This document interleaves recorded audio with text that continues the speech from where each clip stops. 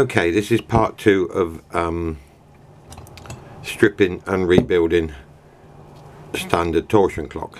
Now you've noticed I've already put the pillars back in because they're quite self-explanatory. Ones without the hole in the middle at the top, the ones with the hole in the middle at the bottom. They're not normally handed, but sometimes they are.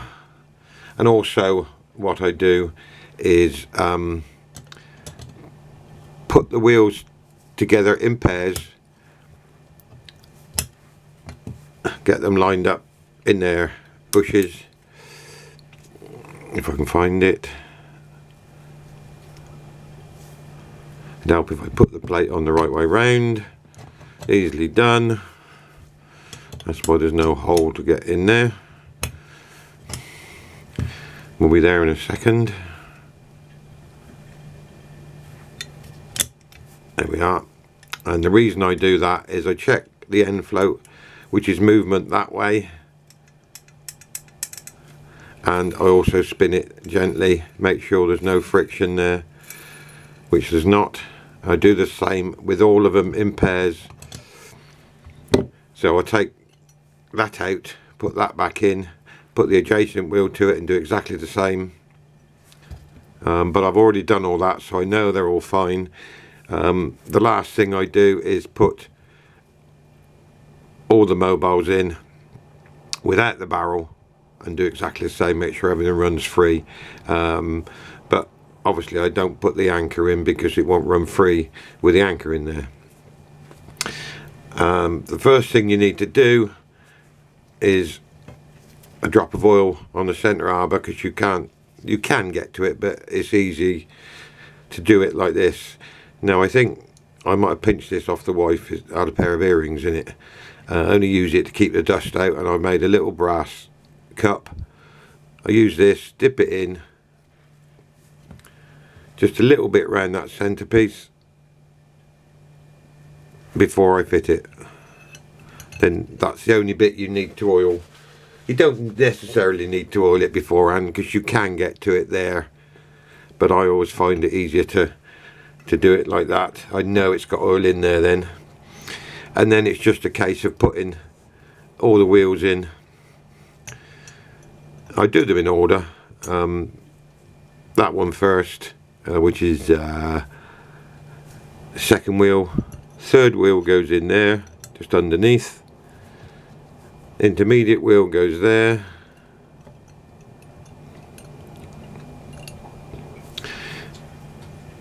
Escape wheel goes there.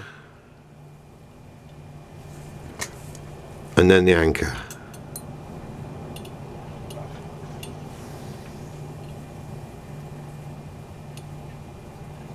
That's it. Then you got the barrel. The barrel goes in last. That's all there is to it. Very easy. The worst bit is lining all the pivots up.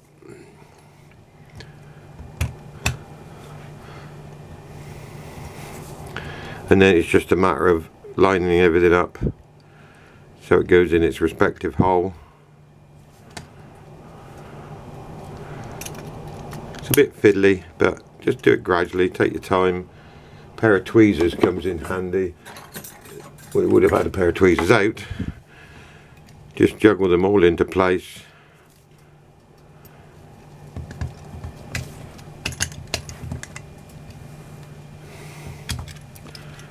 So it's a bit fiddly to get them all in, but they gradually go in. Once you've got a couple down, I normally just lodge a couple of pins in there, just so it can't fall out again, if I can find the hole.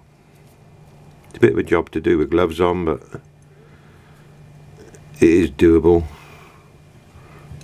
No, I can't get to that hole just yet. No, I can't. So don't ram the pins in hard, just lodge them in the hole. It just helps hold it together while you put the rest of the pivots in place.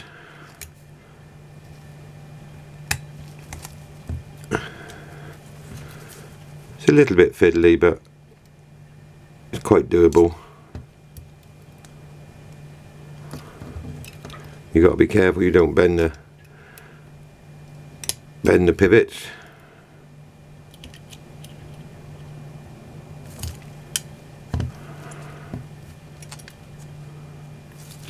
Oh, that's why that's in the way. That's better. Might go in now.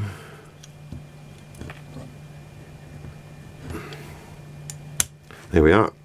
They're all in place.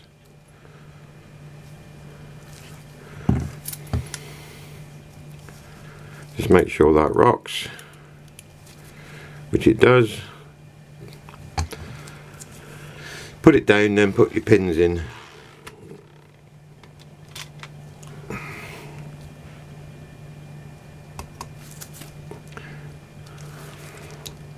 Just putting the pins in loose because I need to make some new pins for this because they're not very good, the original pins.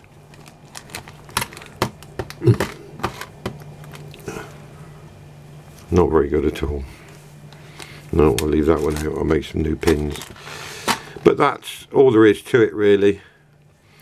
Once you've got all those pins in, just check, make sure you've got end float on everything. Just make sure it moves up and down, because if it doesn't, it'll bind. Yeah, you can hear that one rocking. Check those as well, and that one, and that one, so you know they're all alright. And then what I do is put the click together, bearing in mind, do not forget this washer that goes in there, because otherwise it'll just bind up. And it would help if I had that on the right way round. That's easily done as well. That sits over the top.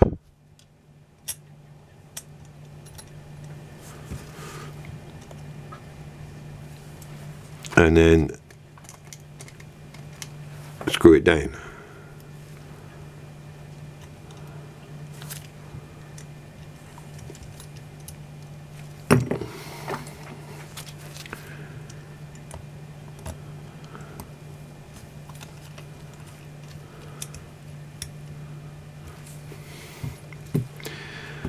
And then put the click in.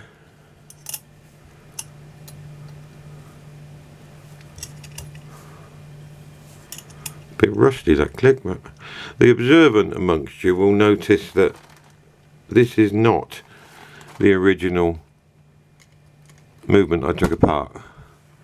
The reason being, I found a fault with the other movement.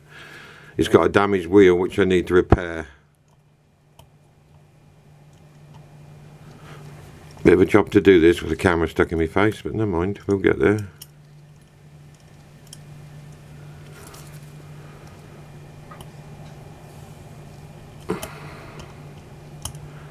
It's there somewhere.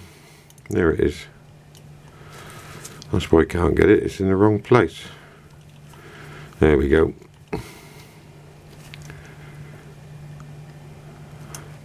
Make sure that moves freely. That will get a little dibble of oil in there when I oil the thing. Then you got the click. Oh. Then the click goes in. Then what I do with that, because it's a bit fiddly to get in, I leave it on top to start with while I get the screw started. If I can find the screw for it. It's that little one there.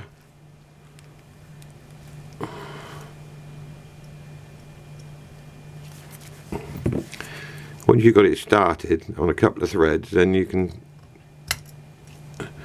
get it all in place.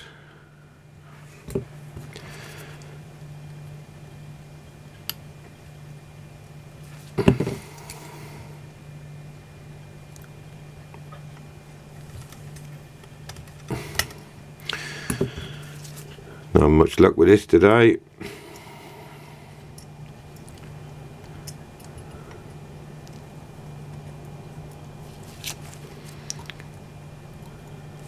And normally I'd have it right in front of me, but because the camera's there I can't, so oh,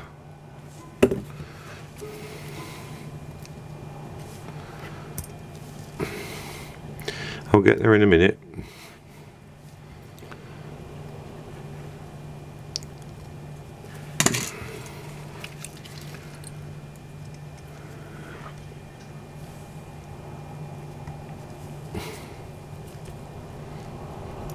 No, thought I had it then.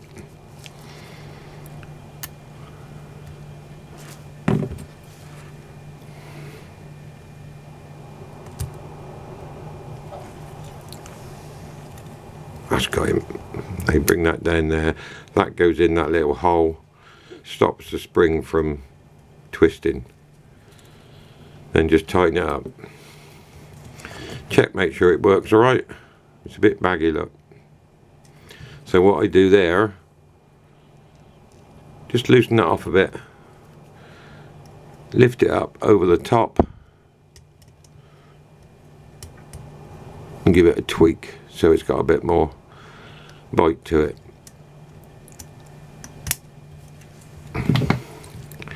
Because you don't want that slipping. That's the last thing you need,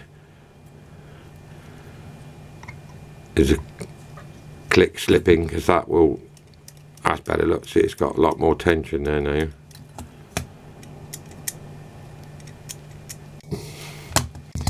Now what I do next, give it a couple of clicks. 4 clicks there, look. Just check, make sure it's escaping properly. Can you see the escape wheel turning? I don't know whether you can or not. Yeah, you can, can't you? If it escapes quite happily with 4 clicks, it's going to do it quite happily with more. But I don't want to give it too much because it's not got all the pins in. Then the rest of it is relatively straightforward. And then we'll up on its base and set the torsion spring up and regulate it. Thank you very much. Please subscribe.